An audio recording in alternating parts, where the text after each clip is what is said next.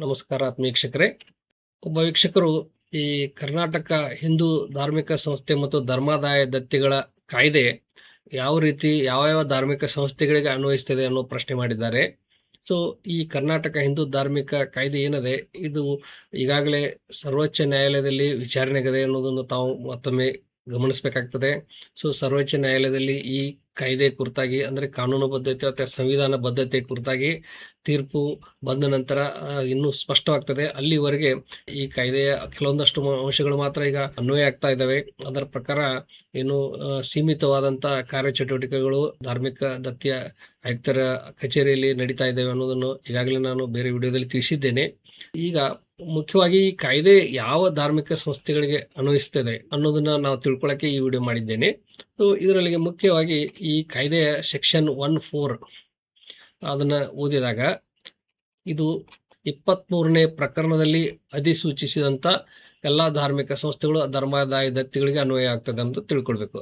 So 23ನೇ ಪ್ರಕರಣವನ್ನು ನಾವು ನೋಡಿದಾಗ ಅದರ ಬಗ್ಗೆ ಮಾಹಿತಿ ಸಿಗ್ತದೆ. ಅದಕ್ಕಿಂತ ಮೊದಲು ಇದು ಮುಂದುವರೆದು ಏನು ಹೇಳ್ತದೆ ಅಂತಂದರೆ, ಸೆಕ್ಷನ್ 53 ಮತ್ತು ಅಧ್ಯಾಯ 8 ಈ ಎರಡು ಏನಿದಾವೆ ಇವು ಈ ಸೆಕ್ಷನ್ 23 ಅಡಿಯಲ್ಲಿ ಅಧಿಸೂಚಿಸಿದವುಗಳನ್ನು ಹೊರತುಪಡಿಸಿ ಉಳಿದ ಎಲ್ಲ ಧಾರ್ಮಿಕ ಸಂಸ್ಥೆಗಳು ಮತ್ತು ಧರ್ಮಾದಾಯ ದತ್ತಿಗಳಿಗೆ ಅನ್ವಯವಾಗ್ತದೆ ಅಂತ ಹೇಳ್ತಾರೆ. ಅಂದರೆ ಇಲ್ಲಿ ಈ 23ನೇ ಏನು ಜನರಲ್ ಆಗಿ ಹೇಳ್ತಾ ಇದ್ದಾರೆ, ಎಲ್ಲ ಧಾರ್ಮಿಕ ಸಂಸ್ಥೆ ಧರ್ಮಾದಾಯ ದತ್ತಿಗಳಿಗೆ ಅನ್ವಯಿಸ್ತದೆ. ಆದರೆ ಅವು ಯಾವ ಅಂತಂದ್ರೆ 23ನೇ ಪ್ರಕರಣದಲ್ಲಿ ಸೂಚಿಸಿದಂಥವು ಇರಬೇಕು, ಅವಕ್ಕೆ ಮಾತ್ರ ಅನ್ವಯ ಆಗ್ತದೆ.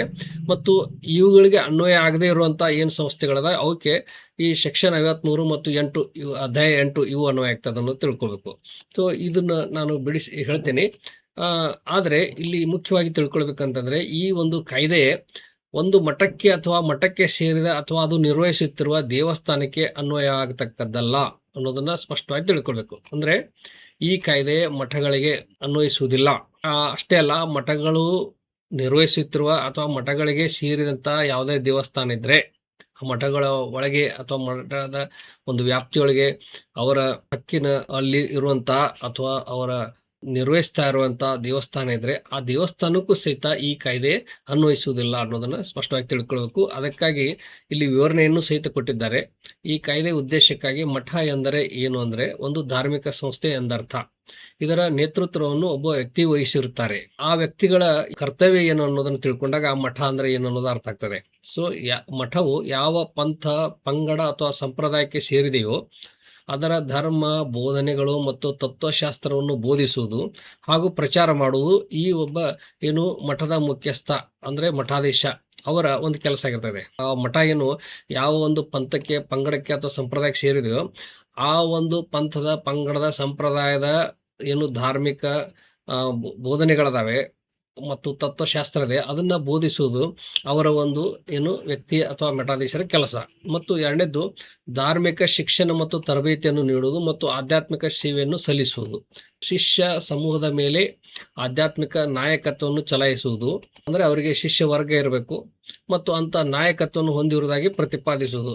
ಆ ರೀತಿ ಅವರು ಶಿಷ್ಯ ಪಡೆಯನ್ನು ಹೊಂದಿದ್ದು ಮುಖಂಡತ್ವವನ್ನು ವಹಿಸಿ ಅವರಿಗೆ ಏನು ಈ ರೀತಿ ತತ್ವ ಬೋಧಿಸುವುದು, ತಮ್ಮ ಧರ್ಮವನ್ನು ಬೋಧಿಸುವುದು ಈ ರೀತಿ ಮಾಡ್ತಾ ಇರಬೇಕು. ಮತ್ತು ಮಠಕ್ಕೆ ಸಂಬಂಧಿಸಿದಂತೆ ಯಾವುದೇ ಧಾರ್ಮಿಕ ಪೂಜೆ, ಶಿಕ್ಷಣ ಅಥವಾ ತರಬೇತಿ ನೀಡುವ ಸ್ಥಳ ಅಥವಾ ಸ್ಥಳಗಳು ಸಹ ಇದರಲ್ಲಿ ಒಳಗೊಂಡಿರ್ತವೆ. ಸೊ ಬರೀ ಕೇವಲ ಮಠ ಅಷ್ಟೇ ಅಲ್ಲ, ಮಠಕ್ಕೆ ಸಂಬಂಧಿಸಿದಂಥ ಯಾವುದೇ ಧಾರ್ಮಿಕ ಪೂಜೆ ಇರ್ಬೋದು, ಶಿಕ್ಷಣ ಇರ್ಬೋದು ಅಥವಾ ತರಬೇತಿ ನೀಡುವ ಸ್ಥಳ ಇರ್ಬೋದು.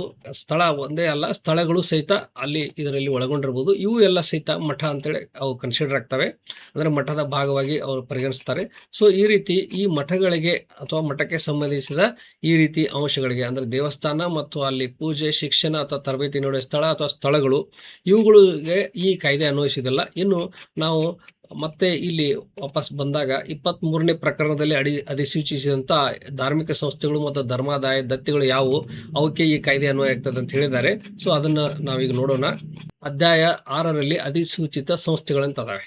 ಇದ್ರ ಪ್ರಕಾರ ಅಧಿಸೂಚಿತ ಸಂಸ್ಥೆಗಳು ಅಂದ್ರೆ ಯಾವ ಅಂತೇಳಿ ಇಲ್ಲಿ ವ್ಯಾಖ್ಯಾನ ಕೊಟ್ಟಿದ್ದಾರೆ.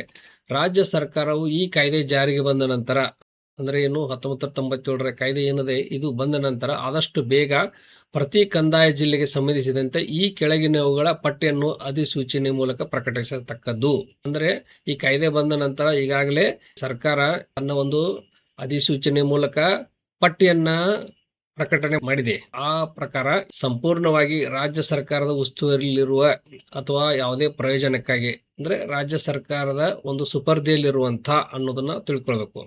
ಮುಂದೆ ಸಾರ್ವಜನಿಕ ಆದಾಯದಿಂದ ಶಾಶ್ವತವಾಗಿ ಮಾಸಿಕ ಅಥವಾ ವಾರ್ಷಿಕ ಅನುದಾನವನ್ನು ನೀಡಲಾಗುತ್ತಿದೆಯೋ ಅಂತ ಧಾರ್ಮಿಕ ಸಂಸ್ಥೆ, ಅಥವಾ ಮೈಸೂರು ಧಾರ್ಮಿಕ ದತ್ತಿ ಮತ್ತು ಇನಾಮುಗಳ ರದ್ಧತಿ ಕಾಯ್ದೆ ಪ್ರಕರಣ 19ರ ಅಡಿಯಲ್ಲಿ ತಸ್ದೀಕ್ ಪತ್ತೆಯನ್ನು ಪಾವತಿಸಲಾಗುತ್ತದೆ. ಅಂದ್ರೆ ಇನ್ನು ಅರ್ಚಕರಿಗೆ ತಸ್ದೀಕನ್ನು ಕೊಡಲಾಗುತ್ತದೆ ಅಂತ ಒಂದು ಧಾರ್ಮಿಕ ಸಂಸ್ಥೆ ಇದ್ರೆ ಅಂತ ಎಲ್ಲಾ ಧರ್ಮದಾಯ ಸಂಸ್ಥೆಗಳು ಮತ್ತು ಹಿಂದೂ ಧಾರ್ಮಿಕ ಸಂಸ್ಥೆಗಳು ಈ ಕಾಯ್ದೆ ಅನ್ವಯ ಆಗ್ತದೆ ಅಂತ ತಿಳ್ಕೊಳ್ಬೇಕು.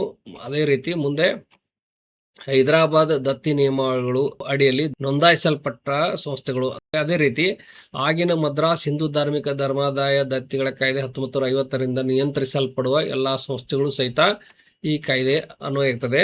ಅದೇ ರೀತಿ ಕೊಡಗು ಜಿಲ್ಲೆಯಲ್ಲಿ ಕೊಡಗು ದೇವಾಲಯ ನಿಧಿ ನಿರ್ವಹಣಾ ಕಾಯ್ದೆ 1956ರಿಂದ ನಿಯಂತ್ರಿಸಲ್ಪಡುವ ಎಲ್ಲ ಸಂಸ್ಥೆಗಳು ಇವುಗೂ ಸಹಿತ ಈ ಕಾಯ್ದೆ ಅನ್ವಯಿಸ್ತದೆ. ಮುಂದೆ ಬಾಂಬೆ ಸಾರ್ವಜನಿಕ ಟ್ರಸ್ಟ್ BPT ಕಾಯ್ದೆ ಅಡಿಯಲ್ಲಿ ನೋಂದಾಯಿಸಲ್ಪಟ್ಟ ಎಲ್ಲ ಹಿಂದೂ ಧಾರ್ಮಿಕ ಸಂಸ್ಥೆಗಳು ಇವುಗಳಿಗೂ ಸಹಿತ ಈ ಕಾಯ್ದೆ ಅನ್ವಯಿಸ್ತದೆ. ಮುಂದೆ ಸಾರ್ವಜನಿಕ ಆದಾಯದಿಂದ ಯಾವುದೇ ಮಾಸಿಕ ಅಥವಾ ವಾರ್ಷಿಕ ಅನುದಾನವನ್ನು ಅಥವಾ ಕರ್ನಾಟಕ ಕೆಲವು ಇನಾಮು ರದ್ಧತಿ ಕಾಯ್ದೆ ಅಡಿಯಲ್ಲಿ ಯಾವುದೇ ಮೊತ್ತವನ್ನು ಪಡೆಯುತ್ತಿರುವ ಎಲ್ಲಾ ಹಿಂದೂ ಧಾರ್ಮಿಕ ಸಂಸ್ಥೆಗಳು ಅಂದ್ರೆ ಅನುದಾನವನ್ನು ಪಡೆಯುತ್ತಿರುವಂತಹ ಧಾರ್ಮಿಕ ಸಂಸ್ಥೆಗಳು ಇವುಗಳಿಗೆ ಕಡ್ಡಾಯವಾಗಿ ಈ 1997ರ ಕಾಯ್ದೆ ಅನ್ವಯ ಆಗ್ತದೆ.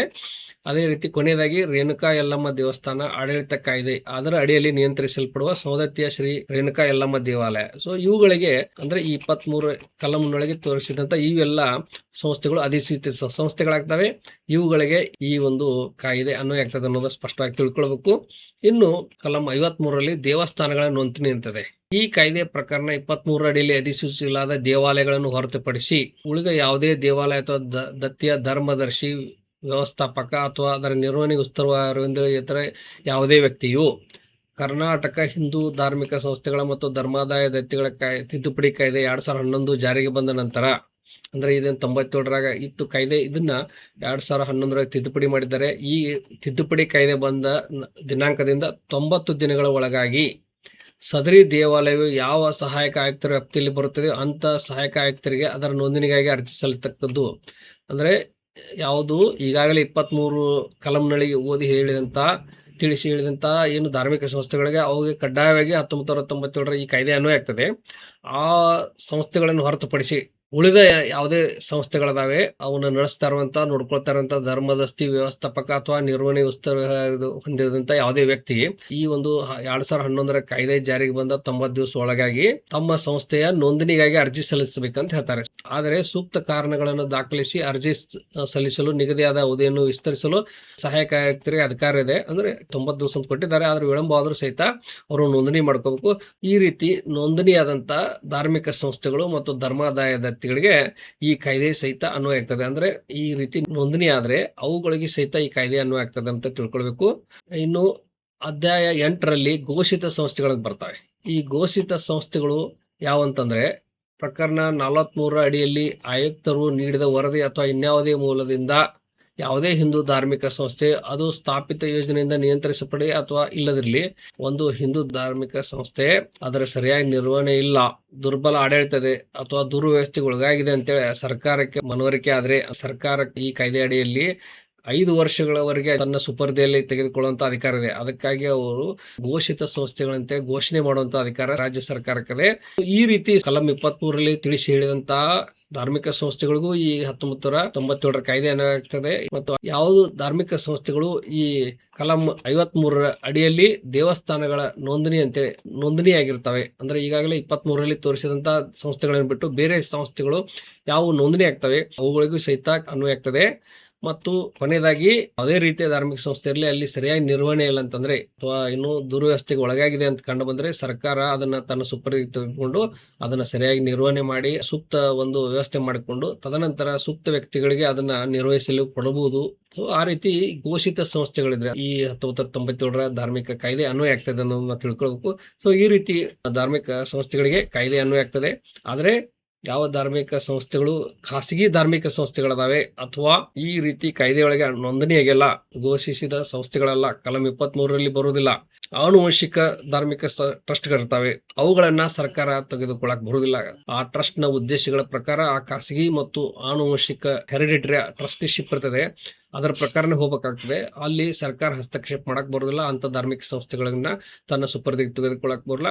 ಹೀಗಾಗಿ ಅಲ್ಲಿ ಈ ಕಾಯ್ದೆಯ ಎಲ್ಲ ಅಂಶಗಳು ಅನ್ವಯಿಸುವುದಿಲ್ಲ. ಸೊ ಈ ರೀತಿ ಎಲ್ಲ ದೇವಸ್ಥಾನಗಳಿಗೆ, ಎಲ್ಲ ಧಾರ್ಮಿಕ ಸಂಸ್ಥೆಗಳಿಗೆ ಇದು ಅನ್ವಯಿಸುವುದಿಲ್ಲ ಅನ್ನೋದನ್ನ ಹೇಳ್ತಾ ಈ ವಿಡಿಯೋ ಮುಗಿಸ್ತಾ ಇದ್ದೇನೆ. ಧನ್ಯವಾದಗಳು.